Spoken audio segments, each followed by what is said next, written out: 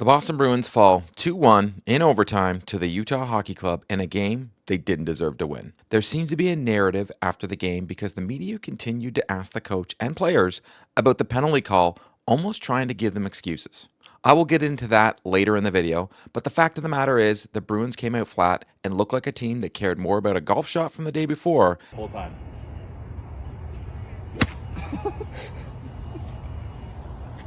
Look at that shot. Oh my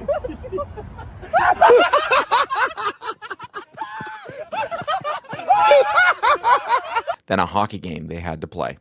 So buckle up, Bruins fans. I'm here to give you the latest info on your beloved Boston Bruins. If you've been liking my Bruins content, please leave me a like and subscribe. If you've already done so, thank you, and let's get into it.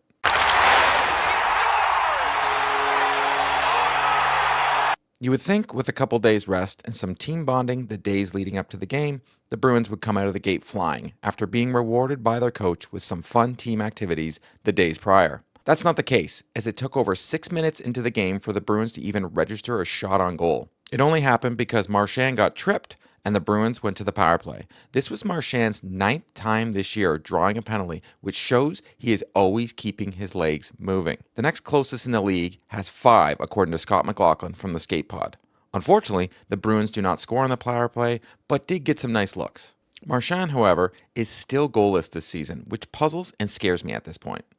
He's getting involved in the play in a big way, but not contributing as he should be. Leading up to this game, Marchand had 3 assists in 4 games and 10 shots on net. Only one of those shots was considered a high-danger scoring chance, according to Money Puck, which tells you that Marchand is having a hard time getting inside on defenders and getting to the net, and it's taking a lot of his shots from the outside. He has had 3 giveaways so far this year, and they're all in the offensive zone, including one in the game against Utah in the 3rd period, which led to a goal that thankfully was called back for an offside. Marchand, to me, thrives off playing with players that can feed him the puck, but also generate offense from his risky plays. What I mean by risky plays is when he does that patented spin move when he curls back and sucks defenders in, which usually leaves someone open, but his line mates are standing still out there. Marchand is moving his feet, but no one on his line is doing the same. I almost want Monty to throw Zach on the second line and have Marchand up with Pastrnak and Lindholm to see some offense could be had. That would completely leave the second line more vulnerable than it has to be, which would make the Bruins a lot easier to check against. So I don't recommend it, but wishing it could be done without hurting them. Marchand needs to start scoring, otherwise the Bruins are in a lot of trouble.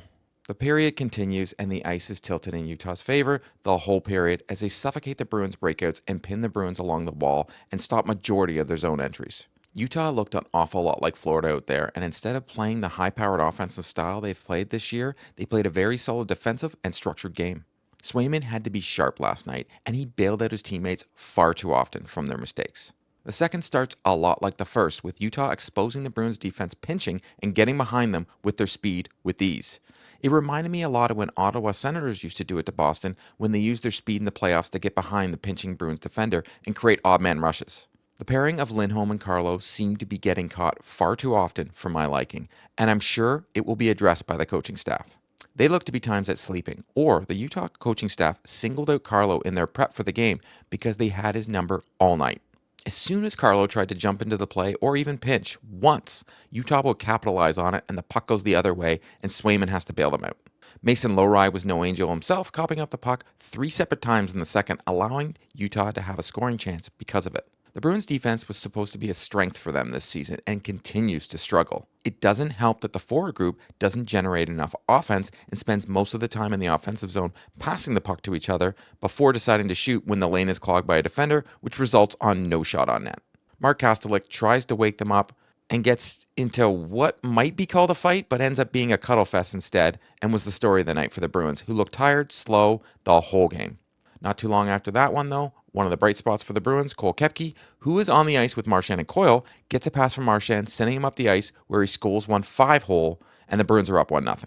My hope after this was the goal would wake up the Bruins, but I see nothing from them the next shift, and I would love to say this one line played very well or this player had a good game, but in the end, it's a team game, and while some players like Pastrnak and Lindholm had a couple nice shifts, it wasn't enough to be a difference because it never really resulted in generating enough pressure. Utah outskated the Bruins the whole first period and now the whole second period as well. Utah was the first on loose pucks.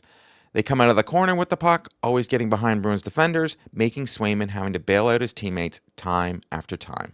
The Bruins walk away from the second period up 1-0, but I felt they were very lucky to be in this situation because Utah was all over them. One thing the Bruins defenders did do well though on Utah was clogging up the middle of the ice and keeping Utah to the outside when they played the system properly. They ended the game with 19 blocked shots, but the giveaways from the forward group were killing them. The Bruins ended the game with 22 giveaways to 17 by Utah and couldn't win a faceoff last night if their life depended on it, which gave Utah possession for the puck far too often. The third was a lot like the other periods for the Bruins. When they played their system, they were great, but the minute they take any chances, Utah capitalizes and they hope Swayman bails them out. The third was a lot like any of the periods the Bruins had played so far. As soon as they deviated from the plan, Utah would capitalize, and then Swayman would have to bail them out. Well, Carlo gets caught and plays far too up, and Utah capitalizes, and the puck is in the back of the net, and it's a 1-1 hockey game.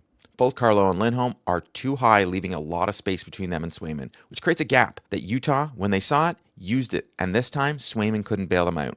But not with a lack of trying, because it was a nice goal Utah scored. Utah scores in almost the final 5 minutes of the period, and you get the feeling that it's going to overtime and it's not going to end well for Boston. Once again, the Bruins have penalty trouble, and the Bruins are the most penalized team in the NHL, by the way.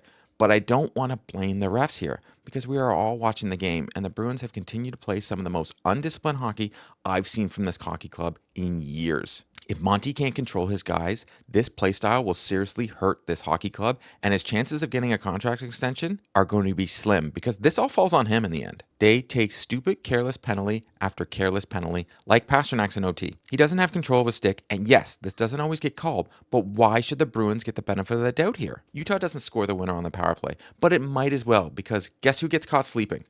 Brandon Carlo is caught playing too high, the defender on Utah notices, skates right up the ice, and boom, the puck is in the back of the net. The Bruins once again beat themselves with poor play and not generating any offense, taking absolutely no shot attempts and not moving their legs. The media after the game seemed to want to blame the refs, but Monty and the players were quick to nip that in the butt. I thought the entire game it gave us trouble. I thought they started faster than us. I thought they were more determined than we were. You know, they were more relentless. I didn't think we managed pucks very well because of their sticks. What do you think of the penalty call on OT? I understand from the ref's viewpoint why they would make that call.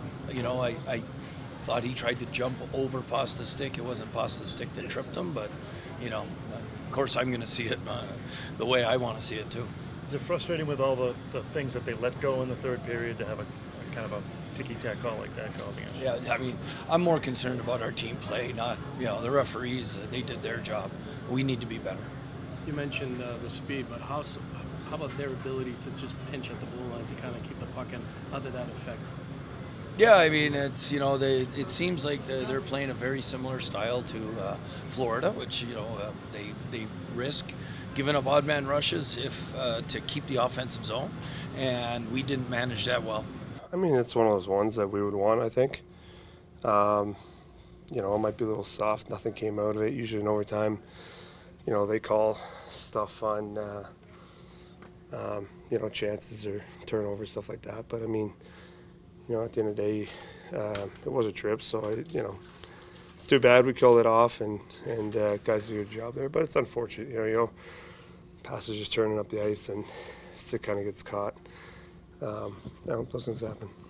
With the amount of stuff that was let go in the third by the refs, is it particularly frustrating when they turn around and make a call like that? I mean, that's part of the game. They're not going to call everything, and, you know, they're doing their best out there. Whether they get it right or wrong, it's not really up to me, and it doesn't change anything now. You know, they're trying. They can't call everything. You know, so it is what it is. We'll go over some film tomorrow, and we already moved on. You know, we take the positives and move on. That's what's so special about our group. So, you know, on to the next. Sway, they did a solid job of pinching at the blue line, keeping the puck in your zone a lot. How did that kind of affect the outcome of this game? They're well coached, and they got pretty versatile D, so they play a good game plan, and they stick to their structure well, and I think we did a good job combating it, and, you know, my guys did such a great job clogging the middle, making sure we're getting quick touches and out of our zone, and I think they did a great job of that all night. I don't know. I don't want to get into what I think is right and wrong with the officials, but like you said, I thought both teams were playing really hard throughout the end of the game, and I thought there was some iffy calls that weren't called on either team by the end of the third, so it's unfortunate to see it called in overtime, especially when it doesn't go away, but I don't know. I didn't look at enough to give my opinion if it was a penalty or not. How much was their speed a problem for you guys tonight? Yeah, we knew coming into it that we were going to play hard defense and not mess around with the puck. Their forwards, especially on the wings, they're small, fast, skilled, like to make plays, and we just didn't close out at the end of the game, and it's disappointing for us. I would love to blame the refs, but the refs don't put pucks in the back of the net and rarely cost them the game. When the refs don't call a blatant penalty, you can point fingers, like in Game 5 in 2019 against St. Louis. That trip will haunt me until the day I die. It was 100% what cost the Bruins the game, and I will always say cost them the Stanley Cup. The Bruins would have had a 5-minute power play, and they were only down 1-0 at the time. It would have moved the momentum in their favor because they'd have been outplaying the Blues that whole game up until that point. Sorry for a reminder of this one. I know it's a soft spot for all of us. At the end of the day, the Bruins played a bad team game against Utah and got caught far too often daydreaming instead of playing hockey. They're looking for the perfect shot far too often when we have seen all season that getting pucks to the net is the way to go. Swayman by far was the Bruins' best player against Utah, and without him, it would have been an ugly night. But they need to be better, and they need others besides the fourth line and Pasternak generating offense for this hockey club. Otherwise, we are in for a very long season. The next game is against the winless Nashville Predators, who you know are chomping at the bit to get a win on Tuesday night, which give them a lot of time to make adjustments to their game and figure this crap out. If I see one social media post of the boys having some R&R before their game against Nashville, I might lose it. These boys need to get down to business and fix their game because this Western road trip could end up costing them way too much this season already. That's a wrap on today's video. To stay up to date on all the news surrounding the Boston Bruins, please subscribe and drop me a like. If news breaks surrounding the Boston Bruins, be sure to check out the channel. If you've already subscribed to the channel, thank you, and I'll see you next time.